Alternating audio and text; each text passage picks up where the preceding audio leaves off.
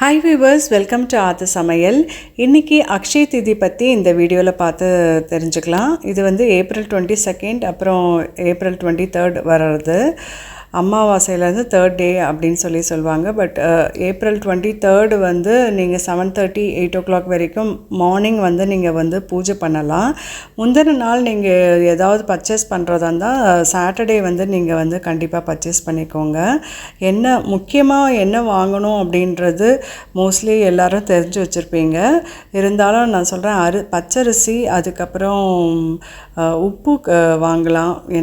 நம்மளால் என்ன முடியுதோ அதை வாங்கலாம். அதில் வந்து நான் சொல்கிற ஐட்டம் நீங்கள் வாங்கிக்கலாம்.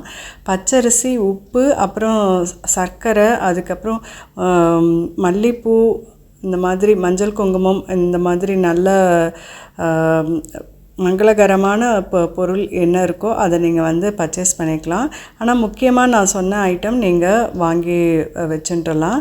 அப்புறம் வந்து கற்கண்டு கூட வாங்கலாம். இந்த டைமண்ட் கற்கண்டுன்னு இருக்கு இல்லையா, அது கூட நீங்கள் வாங்கி அதுக்கப்புறம் வந்து பால் பாயசம் பண்ணலாம், இல்லை அவல் பாயசம், அவல் லட்டு, இந்த மாதிரி நெய்வேத்தியங்கள் பண்ணலாம். பூஜை வந்து கண்டிப்பாக வந்து குபேர பூஜை நீங்கள் பண்ணுங்கள். அதுக்கப்புறம் கனகதாரா ஸ்தோத்திரம் வந்து கண்டிப்பாக நீங்கள் பண்ணுங்கள். அதான் மகாலட்சுமி பூஜை அப்படின்னு சொல்லிட்டு நான் லிங்க் வந்து கீழே டிஸ்கிரிப்ஷன் பாக்ஸில் கொடுத்துருக்கேன். அதை பார்த்து கூட நீங்கள் பண்ணலாம். அப்புறம் குபேர பூஜைக்கு இந்த காயின் வச்சு எப்படி பண்ணணும் அப்படின்றதையும் நான் மென்ஷன் பண்ணியிருக்கேன். லிங்க் வந்து உங்களுக்கு டிஸ்கிரிப்ஷன் பாக்ஸில் எல்லா பூஜா லிங்க்ஸும் இருக்குது. அதை பார்த்து நீங்கள் கண்டிப்பாக நீங்கள் பண்ணலாம். ரொம்ப எளிய முறையில் தான் சொல்லியிருக்கேன். அதை பார்த்து நீங்கள் பண்ணிக்கலாம். இது வந்து கோலம், இந்த மாதிரி சிம்பிளாக இந்த மாதிரி கோலம் போட்டு அந்த இப்போ நீங்கள் பார்க்குறீங்கல்ல குபேர பூஜை, அந்த 108 போற்றின்னு இருக்குது. அது புக் வந்து நீங்கள் பூஜா ஸ்டோரில் கூட நீங்கள் வாங்கிடலாம். ஒவ்வொரு காயினாக போட்டு உங்கள்கிட்ட என்ன காயின்ஸ் இருக்கோ, ஒரு சிலர் வந்து அந்த தாமரைப்பூ மாதிரி வச்சு வெள்ளி காயின்ஸ் வச்சுருப்பாங்க. இல்லாட்டி இல்லைனாலும் பரவாயில்ல, என்ன காயின்ஸ் இருக்கோ அந்த காயின் நீங்கள் வந்து வச்சு நீங்கள் வந்து பூஜை பண்ணலாம். அப்புறம் 108 காயின்ஸ் வச்சுக்கோங்க, அந்த பூஜையும் பண்ணுங்கள். அதே மாதிரி கனகதாரா ஸ்தோத்திரம் எப்படி பண்ணணும் அப்படின்றத அதில் நான் சொல்லியிருக்கேன். அது ஏறு வரிசையில் எப்படி பண்ணணும் அப்படின்றதையும் நீங்கள் அதை பாருங்கள். அது ஒவ்வொரு 21 இருக்கும். அது வந்து ஒவ்வொரு ஸ்லோகமாக சொல்லி குங்குமம், அதாவது காயின் வச்சு குங்குமம் வச்சு நீங்கள் அதையும் நீங்கள் பண்ணலாம். ரொம்பவே விசேஷம். நீங்கள் ஆற்றுல கண்டிப்பாக இந்த மாதிரி சிம்பிளாக கோலம் போட்டு என்ன முடியறதோ மல்லிப்பூ வாங்கி வச்சு, வாசனை பூக்கள் கூட வாங்கி வைக்கலாம், பூ பழம் எல்லாமே வாங்கி வச்சு நெய்வேத்தியத்துக்கு இந்த மாதிரி நீங்கள் அவல் பாயசம் நீங்கள் செய்யலாம். சிம்பிளாக அவல் வறுத்துட்டு அதை பாலில் வேக வச்சுட்டு அதுக்கப்புறம் சர்க்கரை போடலாம். அப்படி இல்லைன்னா டைமண்ட் கற்கண்டு ஏதாவது வச்சுருந்தீங்கன்னா அதையும் சேர்த்து அவல் பாயசம் நல்லா வெந்ததுக்கப்புறம் அதையும் சேர்த்து நெய்யில் வந்து முந்திரி பருப்பு, திராட்சை இதெல்லாம் போட்டு, இல்லை பாதாம் போட்டு நீங்கள் நல்லா வறுத்து அதில் போடலாம். ஏலக்காவும் அதில் தூவிக்கோங்க. ஸோ இந்த மாதிரி சிம்பிளாக நீங்கள் வந்து பாயசம் நீங்கள் பண்ணலாம். அவல் இல்லைன்னாலும் நீங்கள் கொஞ்சம் பால் காய்ச்சி அதை கூட நீங்கள் வந்து நெய்வேத்தியமாக நீங்கள் வைக்கலாம். ஸோ உங்களால் என்ன நெய்வேத்தியம் பண்ண முடியுதோ அதை நீங்கள் பண்ணலாம்.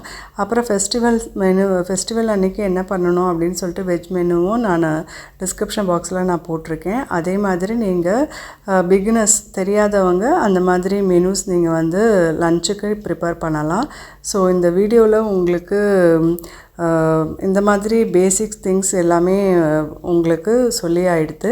ஆனால் இந்த டேயினுடைய ரொம்ப விசேஷமான டே, அது என்ன ரீசன் அப்படின்னு சொல்லி பார்த்தீங்கன்னா, ஆதிசங்கரர் கனகதாரா ஸ்தோத்திரம் சொன்ன தினம் இந்த தினம்தான். அப்புறம் பரசுராம் அவதரித்த தினம், மத்ஸ்ய கூம வராக அந்த அவதாரத்தில் பரசுராம் அவதரித்த தினம் இது இன்றைக்கி, அந்த அக்ஷய திதியை அன்னைக்கு தான். அப்புறம் வியாசமுனிவர் வந்து மகாபாரதம் சொல்ல கேட்டு விநாயகர் எழுதுவார், அந்த தினமும் இந்த தினம்தான். அப்புறம் அந்த அக்ஷய பாத்திரம் வந்து கிருஷ்ணர் வந்து திரௌபதிக்கு கொடுத்த தினம்.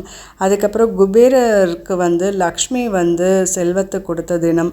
அதுக்கப்புறம் சிவபெருமானுக்கு லக்ஷ்மி வந்து அந்த பாத்திரம் அந்த பிக்ஷ பாத்திரம் சொல்லுவாங்க இல்லையா, அது வந்து அக்ஷய பாத்திரமாக மாறின தினம் இந்த தினம்தான். ஸோ இவ்வளோ ஸ்பெஷாலிட்டி இந்த தினத்துக்கு உண்டு.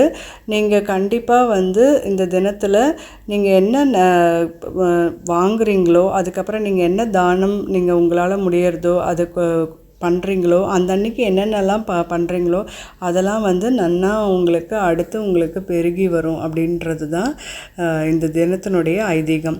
நீங்களும் இதே மாதிரி நான் சொன்ன இந்த சின்ன சின்ன குறிப்புகளும் எடுத்துட்டு உங்கள் ஆற்றுலையும் நீங்கள் பண்ணுங்கள். பூஜை பண்ணி எல்லோரும் செல்வ செழிப்போடு வாழணும் அப்படின்னு சொல்லிட்டு இறைவனை நான் வேண்டிக்கிறேன். எனக்காகவும் நீங்கள் வேண்டிக்கோங்க. நெக்ஸ்ட் வீடியோவில் சந்திக்கிறேன். Thank you very much.